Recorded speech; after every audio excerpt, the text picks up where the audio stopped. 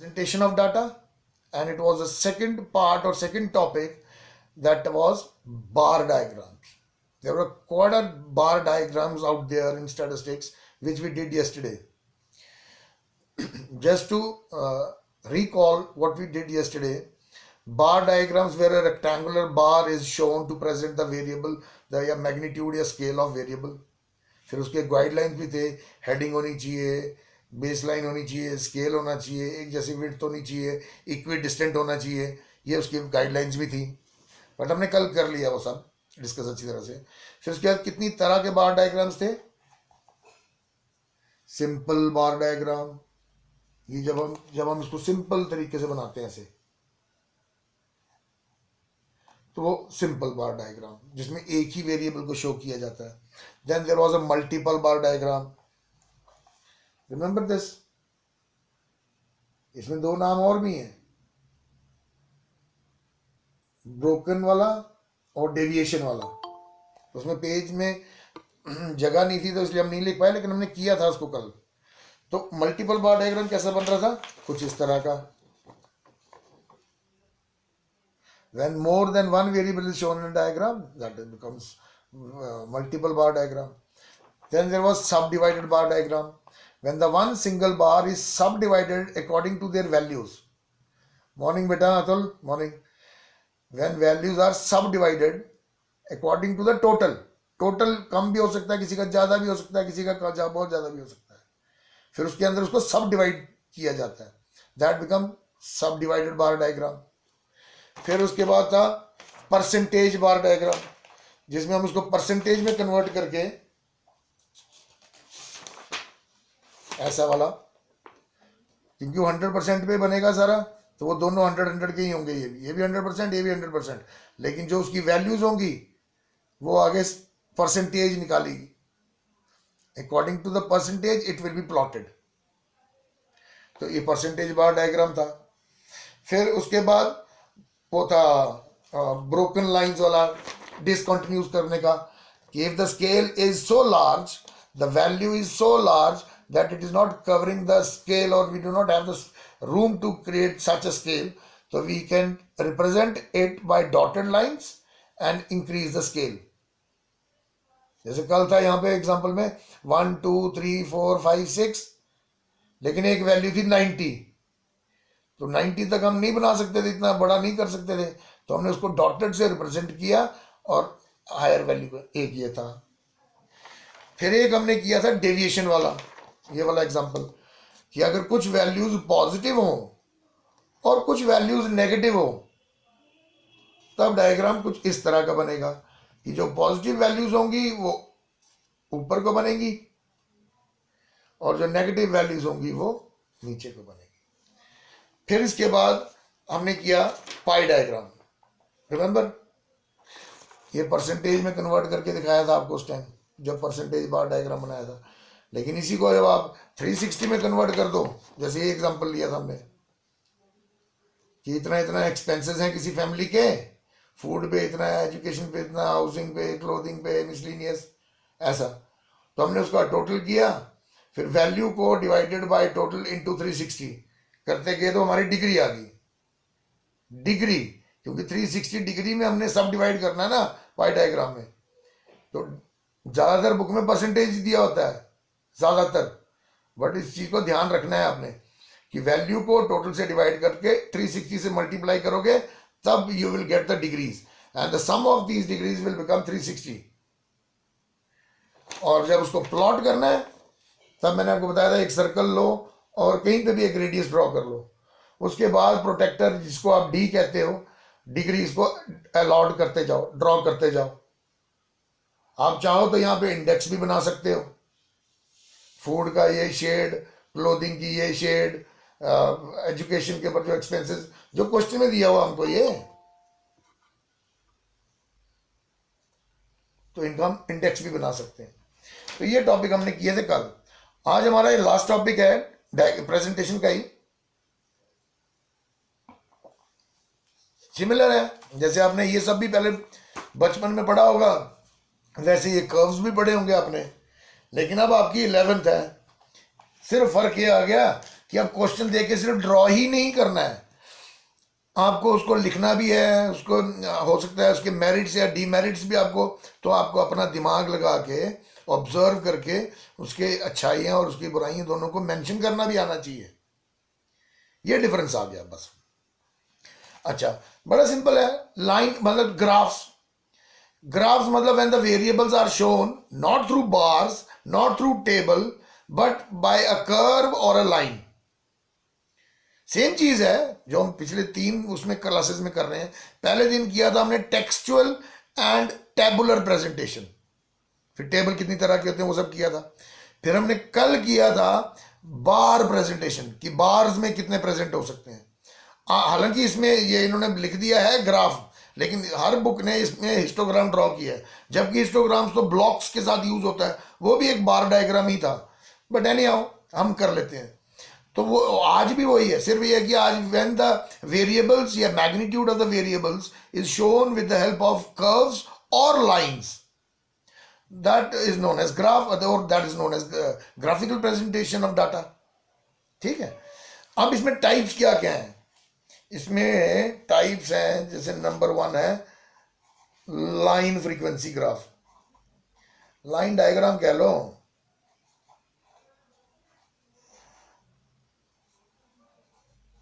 और ये हमेशा डिस्क्रीट सीरीज में बनेगा, मतलब जब आपका डाटा होगा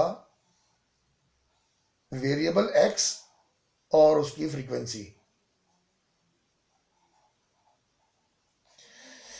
कुछ भी ले लें, 10, 20, 30, 40, 50,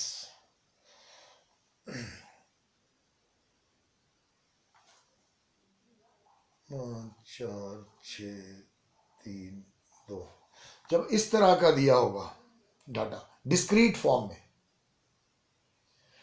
सिर्फ डिफरेंस ही आ जाएगा। देखो ना यार, बड़ा सिंपल सी चीजें हैं, बस इसमें कच्चा मत खा जाना कहीं।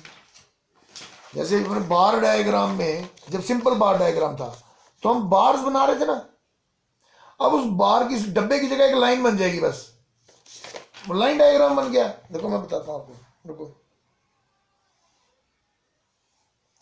यहाँ पे आ जाएगा एक्स एफ 10, 15, 20, 25, 30, 35,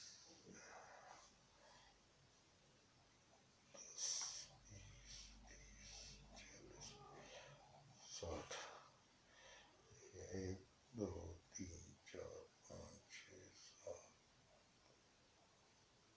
8,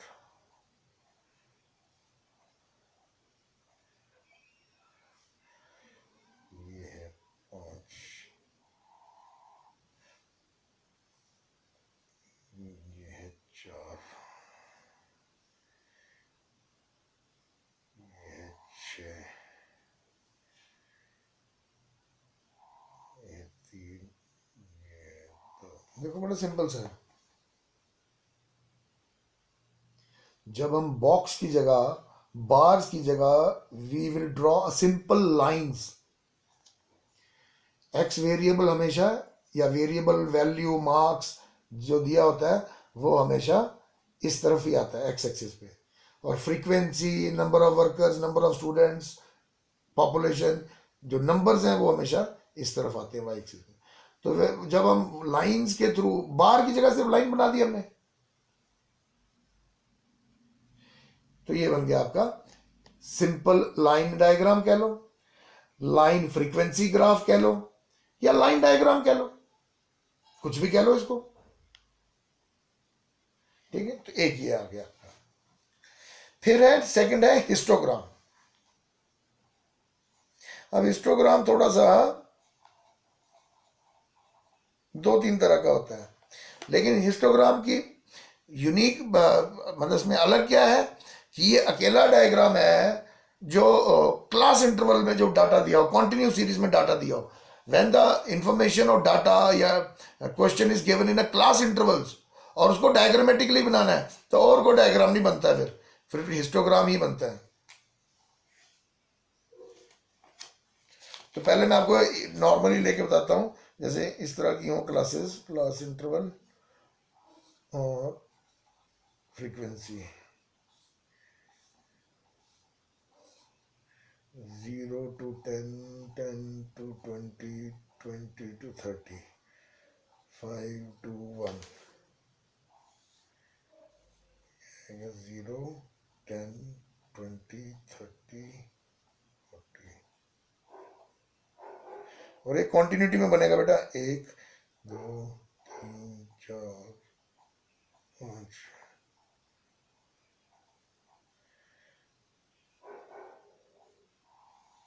5 2। देखो, अगर इस तरह का डाटा दिया हुआ आपको कि 0 to 10 5, 10 to 20 इतना 2, फिर 20 to 30 इतना, तो जब क्लास इंटरवल में डाटा दिया है आपको कंटिन्यूटी में है,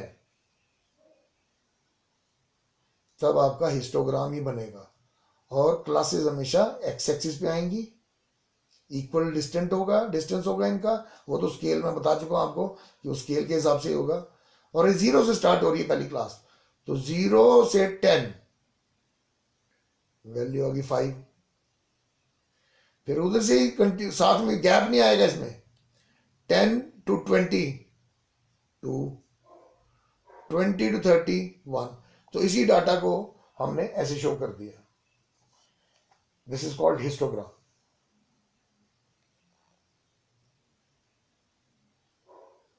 एक्स एक्सिस में क्लास इंटरवल आएंगे और देखो कंटिन्यूटी में चलेगा ये।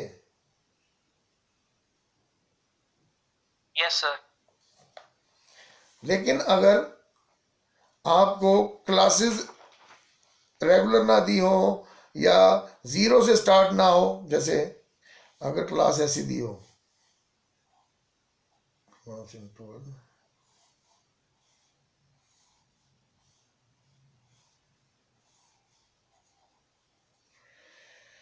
5 to 10, 10 to 15, 15 to 20, 20 to 25, 2 1 4।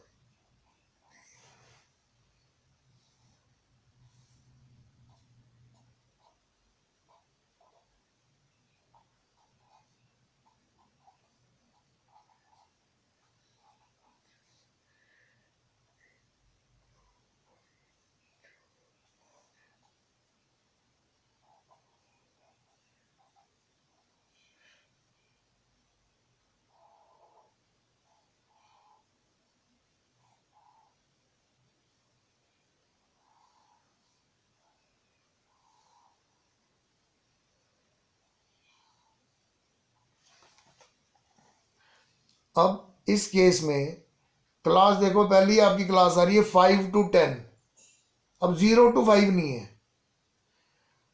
तो जब आपकी क्लासेस 0 से नहीं स्टार्ट हो रही, you can see here classes आपकी स्टार्ट हो रही है 5 to 10, 10 to 15, 15 to 20, 20 to 25, जबकि हमारा डायग्राम 0 से शुरू होता है। तो आपने क्या करना है, ब्रोकन एरो लगा लो या ऐसे कुछ, ऐसे जिगजैग का निशान लगा लो या डॉटेड लाइंस रख दो स्टार्टिंग में, टू शो द डिसकॉन्टिन्यूटी, क्योंकि ये ओरिजिन से स्टार्ट नहीं हो रहा ना क्लासेस आपकी। अगर ये होता 0 to 5 तब तो रेगुलर वाला ही हिस्टोग्राम बन जाना था, लेकिन अभी 0 to 5 नहीं है, पहली क्लास ही आपकी है 5 to 10, तो डायग्राम तो ओरिजिन तो 0 से स्टार्ट होता है, ये तो 0 होता है।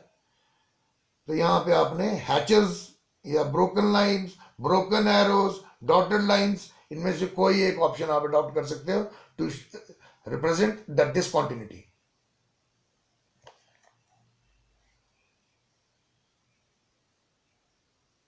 समझ आया? Yes sir. Yes sir. ये आ गया अगर आपका ओरिजिन से स्टार्ट नहीं हो रहा। फिर एक केस में आपको ये लेके बता देता हूं कि अगर आपकी क्लासेस इरेगुलर है, मतलब बराबर नहीं है, जैसे ये देखो अभी इधर तो बराबर चल रहा है ना काम, पिछले वाले एग्जांपल में भी 0 to 10 था, इसमें भी रेगुलर चल रहा है, सब में 5-5 का इंटरवल आ रहा है। लेकिन अगर इरेगुलर क्लासेस हो, अनइक्वल क्लासेस मतलब अनइक्वल, मान लो ऐसा है 10 to 15, 15 to 20, 20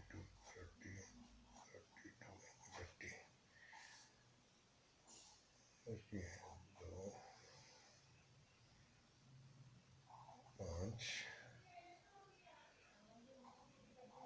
12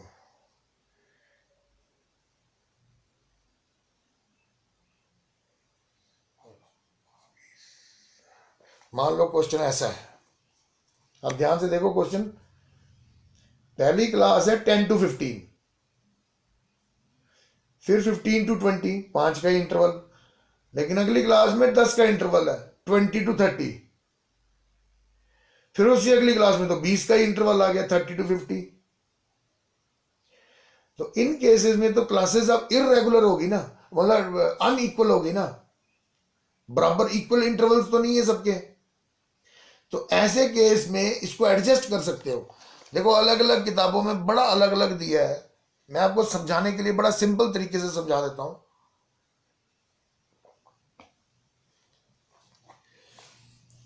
लोएस्ट क्लास कौन सी है?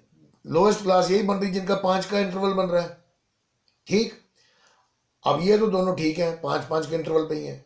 अब इसमें 5-5 के 2 इंटरवल आ रहे हैं, तो इस फ्रीक्वेंसी को रुको, ये आई ना आपकी फ्रीक्वेंसी, ये तो क्वेश्चन था। अब हम एडजस्टेड फ्रीक्वेंसी निकाल रहे हैं।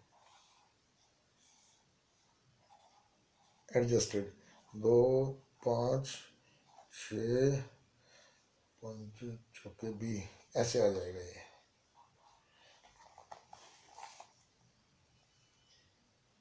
पहली 5 का इंटरवल है 10 to 15, 5 है, लोएस्ट क्लास है, और तो उसका फ्रीक्वेंसी आ गई।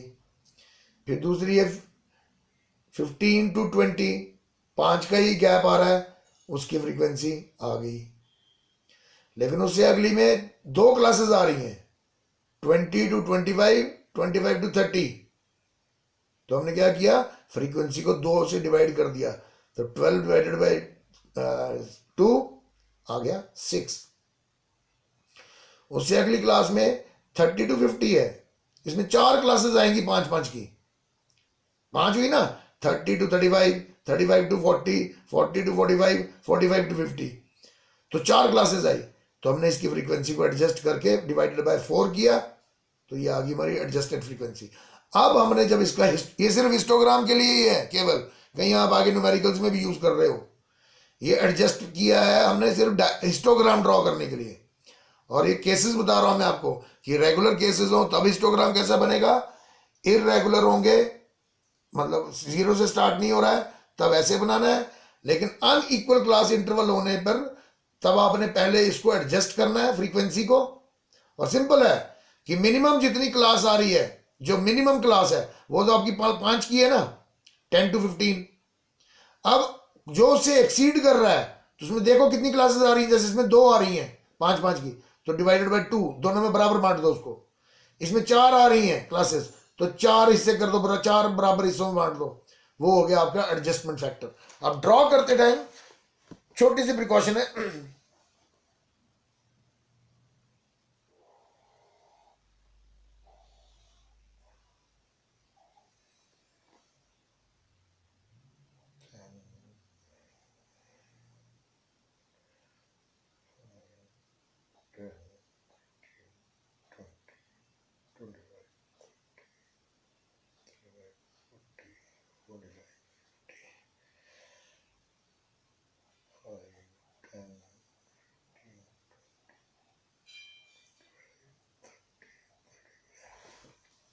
इसमें बड़ा पेज लगेगा।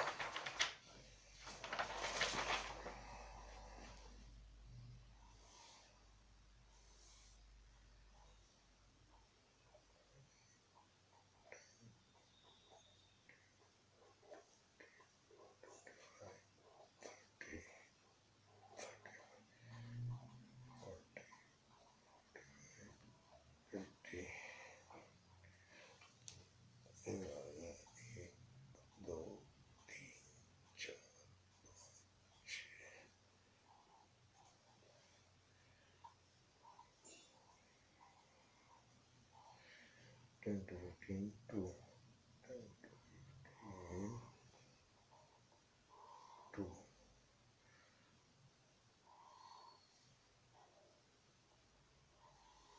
5, 30.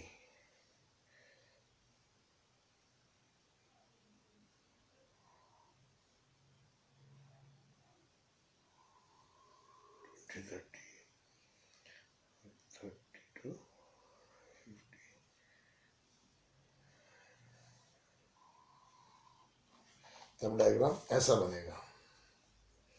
मतलब हमने पढ़ा था ना कि सबकी जो विड्थ होती है वो बराबर होती है, लेकिन जब फ्रीक्वेंसीज हमने एडजस्ट करके निकाली होंगी, मतलब अनइक्वल क्लास इंटरवल्स जब होंगे, when there are unequal class intervals, देखो कि मैं एग्जांपल अभी बता रहा था आपको, देखो पहली क्लास है 10 to 15, 15 to 20, लेकिन आ रही अगली वाली आ रही है 20 to 30, तो हमने उस हिसाब से एडजस्ट किए। तो ड्रॉ करते टाइम आपने ये ध्यान रखना है। अब यही प्लॉट हो रहा है, देखो जीरो से स्टार्ट नहीं ना कर रहे हम, तो ये आ गया ब्रोकन लाइंस। फिर डायग्राम शो कर रहा है कि 10 to 15 इतनी वैल्यू है, 15 to 20 इतनी वैल्यू है, फिर आगे 20 to 30 दो क्लासेस का इतना एडजस्ट करके आया, और 30 to 50 ये एडजस्ट करके आया। तब डायग्राम की विड्थ चेंज होगी when there are unequal classes.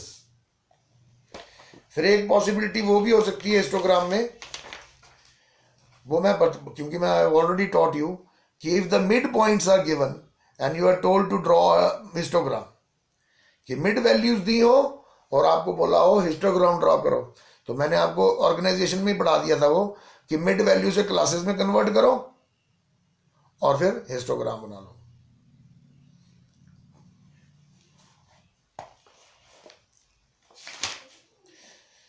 फिर है आपका फ्रीक्वेंसी पॉलीगन, बड़ा सिंपल है ये भी। ये जो हम हिस्टोग्राम ड्रॉ किया ना हमने,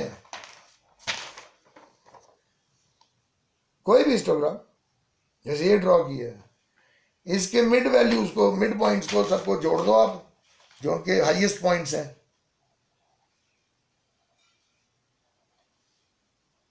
क्योंकि ये बॉक्सेस जो हैं, रेक्टेंगल्स, ये भी तो फ्रीक्वेंसी है शो कर रहे हैं ना।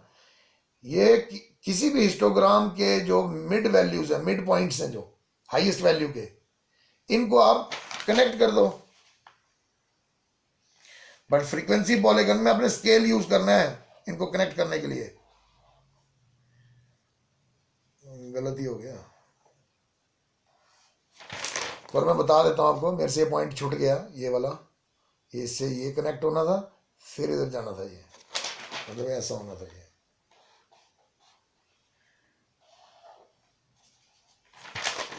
इस तरह से बनना था। लेकिन फ्रीक्वेंसी पॉलीगन और एक होता है फ्रीक्वेंसी कर्व, तो डिफरेंस यही है, दोनों सेम ही होते हैं, frequency polygon and frequency curve.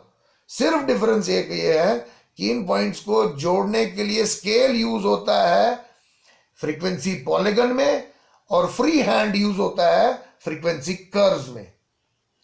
This is the only difference, ये अकेला डिफरेंस है जो आपको कभी पूछ ले examiner, what is the difference between frequency polygon and frequency curves. देखो जैसे यही ले लो, एक एग्जांपल यही ले लो, ये हिस्टोग्राम बना हुआ है, अगर हम इसको स्केल यूज करें, अब ये हालांकि मेरे पास स्केल है नहीं है,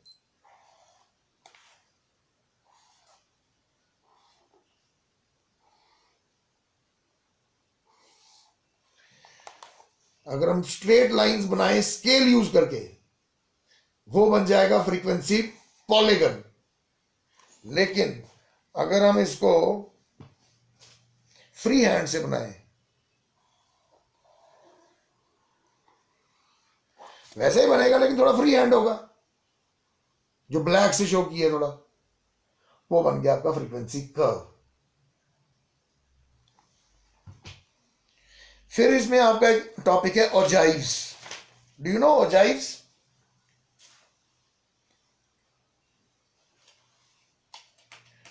जैसे हमने ऑर्गेनाइजेशन में किया था ना, कम्युलेटिव फ्रीक्वेंसी, कम्युलेटिव डाटा की फ्रीक्वेंसी, रुको, एस टाइप बनता है। हाँ बनता तो एस टाइप ही है, लेकिन उसमें कम्युलेटिव फ्रीक्वेंसी कर्व भी बोलते हैं इसको, cumulative frequency curve. Yes sir, more than less than ogive. हाँ, लेस देन और मोर देन, हाँ मैं देखो आपको एक एग्जांपल से दोनों बताता हूँ, 0 to 10, 10 to 20, 20 to 30 और 30 to 40 फ्रीक्वेंसी दी है। अच्छा ये लेनी पड़ेगी ये तो।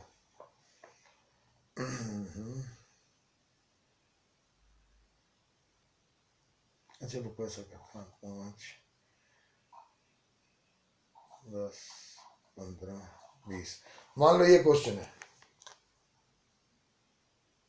और आपको बोला गया है ड्रॉ लेस देन हो जाए या मोर देन हो जाए। पहले मैं आपको लेस देन करके बताता हूँ। आपने क्या करना है, जैसे हम क्यूमुलेटिव फ्रीक्वेंसी निकालते हैं, आपको पता है क्यूमुलेटिव फ्रीक्वेंसी कैसे निकालते हैं? Yes sir. ऐड करते जाना है।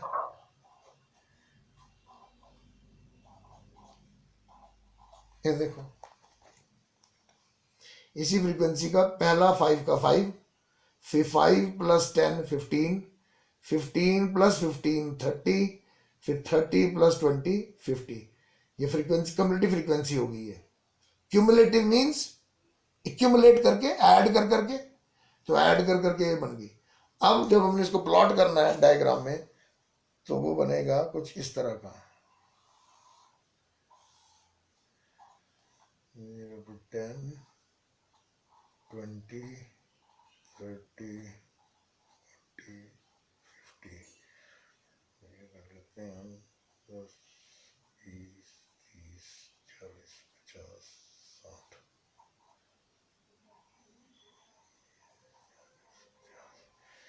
0 to 10 है 5,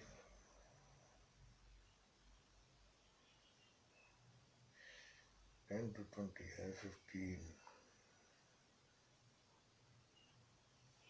20 to 30 है 30 और 30 to 40 है। देखो ये पॉइंट्स बनेंगे जब हम क्लास ये आ गई हमारी 0 to 10, 10 to 20, 20 to 30, 30 to 40 for classes ये आ गई। और क्यूमुलेटिव फ्रीक्वेंसी पहला 5 ये रहा, फिर 15 ये रहा, फिर 30 ये रहा, फिर 50। ये जो पॉइंट मिले हैं इनको आप जोड़ दोगे तो ये अपवर्ड बनेंगे, ऊपर को चढ़ेंगे, क्योंकि क्यूमुलेटिव फ्रीक्वेंसी जो हुई ऐड हो के बन रही है तो राइजिंग ही होगा ना, तो ये बन जाएगा आपका लेस देन हो जाएगी। अब इसी केस को उल्टा किया होता उन्होंने, ये ऐसे दिया होता more than 0, more than 10, more than 20, more than 30 और मोर देन 50। और ये दिया होगा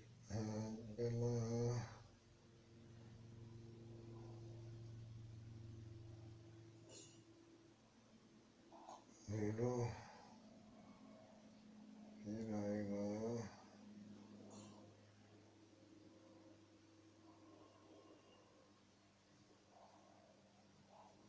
50,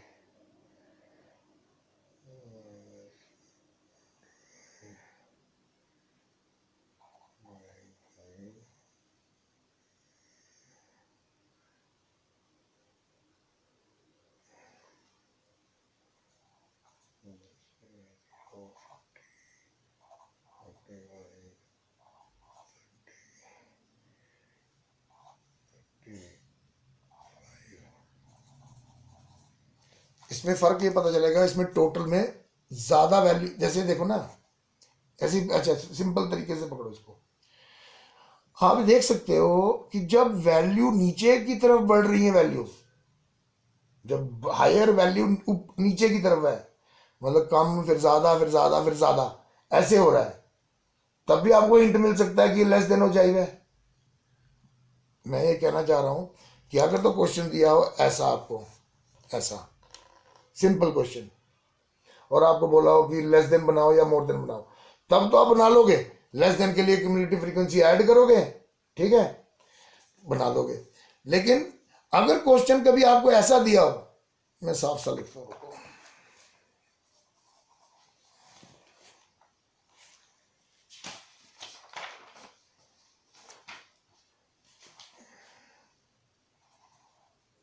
more than 0, more than 10, more than 20, than 30, more than 40, और आपको वैल्यूज दी हूँ 50, 45, 35, 2,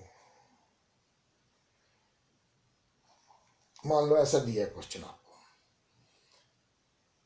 हमने ऑर्गेनाइजेशन ऑफ डाटा में किया था ना कि जब मोर देन 0 दिया होगा तो आएगा 0 to 10, फिर 10 to 20, 20 to 30 क्लासेस ऐसे बनेंगी। तो इसकी क्लासेस बन गई 0 to 10, 10 to 20, 20 to 30, 30 to 40 और 40 to 50। ठीक, इधर तक ये क्लासेस बन गई। अब इसमें क्वेश्चन ऐसे दिया है कि नीचे से ऊपर को हो रहा है टोटल, मतलब क्युमुलेटिव फ्रीक्वेंसी उल्टी निकाली हुई है इन्होंने। तो एक तरीका तो आ गया, आप या तो नीचे से निकाल लो उसको माइनस कर करके, या फिर इधर भी कर सकते हैं आप। 50 माइनस 45 आ गया आपका 5, फिर 45 माइनस 30 आ गया आपका 15, फिर 30 माइनस 5 आ गया 25, फिर 5 माइनस 2, 5 माइनस 2 3, और 2 माइनस 0 2। ये बन जाएंगे आपकी फ्रीक्वेंसीज अगर बनानी हो। लेकिन डायग्राम ड्रॉ जब आपको करना है और जाए, तब तो आपको यही यूज होगा ना, मोर देन 0, मोर देन, क्योंकि टोटल ऊपर को चाहिए आपको। देखो ना, तभी तो ऐसा बनेगा ना।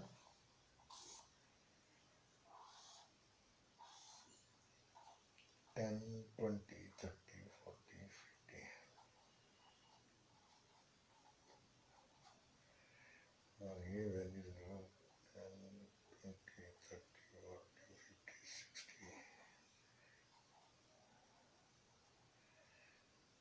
0 to 10 50,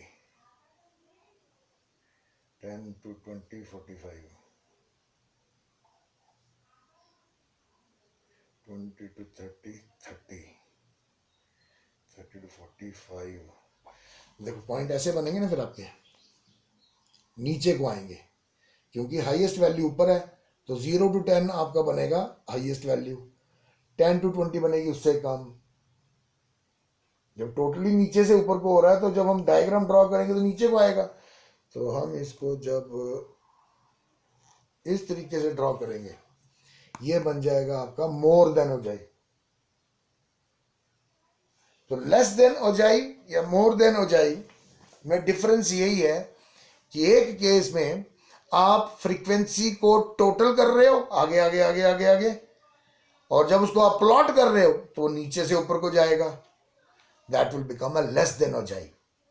दूसरा केस है मोर देन वाला केस। उसमें क्या दिया होगा आपको, मोर देन केस का तो वही हो गया, मतलब कि मोर देन 0 तो मतलब 0 to 10, मोर देन 10 मतलब 10 to 20। लेकिन इस केस में आपको फ्रीक्वेंसी का टोटल नीचे से ऊपर को दिया होगा। तो आप नीचे से ऊपर भी निकाल सकते हो, लेकिन शायद उसमें गलती हो सकती है, कोई क्लास का टपला लग सकता है। आप ऊपर से नीचे करने के लिए अगले वाले से पिछला वाला, ऊपर वाले से नीचे वाला माइनस करोगे, आपको फ्रीक्वेंसी मिलती जाएगी। अगला माइनस करते जाओ, you will get the frequency. लेकिन प्लॉट करते टाइम आपको कम्युलेटिव फ्रीक्वेंसी ही प्लॉट करनी है, because ogives are also known as cumulative frequency curves. फिर एक लास्ट डायग्राम बचा, पता नहीं आपके सिलेबस में है या नहीं है, लेकिन बता देना चाहिए वो भी, जिसको टाइम लाइन ग्राफ बोलते हैं। टाइम लाइन बड़ा सिंपल सा मतलब है, जब आपको क्वेश्चन ही टाइम के बेसिस पे दिया है। जैसे कुछ भी ले लो, जैसे आपको 1990, 91, 92, 93 ऐसे करके क्वेश्चन दिया हो, जिसमें ईयर्स दिए हो, या जनवरी फरवरी दिया हो, या मंडे ट्यूसडे दिया हो, तो जो समय के आधार पर है, और बनेगा सिंपल ग्राफ ही, बनेगा वो सिंपल ग्राफ ही, लेकिन यहां पर नीचे एक्सिस में, एक्स एक्सिस में वो आपकी टाइमलाइन आ जाएगी, जैसे 1990, 91, 92, 93, 94, ये स्केल वैसा आ जाएगा आपको. तो व्हेन डाटा इज प्रेजेंटेड और shown on the basis of time and the simple curve is drawn, that is known as timeline graphs.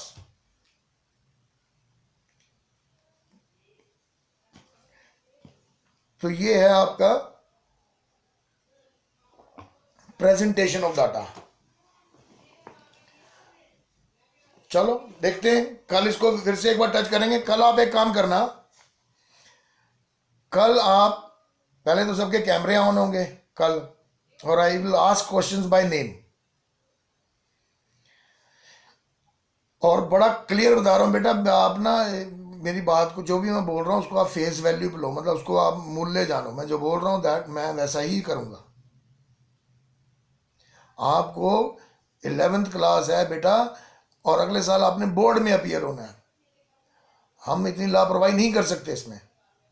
We can not be so negligent. तो आप कल पेन, पेंसिल, स्केल, प्रोटेक्टर लेके बैठना कल, ठीक है? Yes, sir. तो कल Okay, sir. पेंसिल स्केल वगैरह लेके आना. तो कल कुछ करेंगे, इसको हम डायग्राम वगैरह करेंगे. चलो ठीक है बेटा.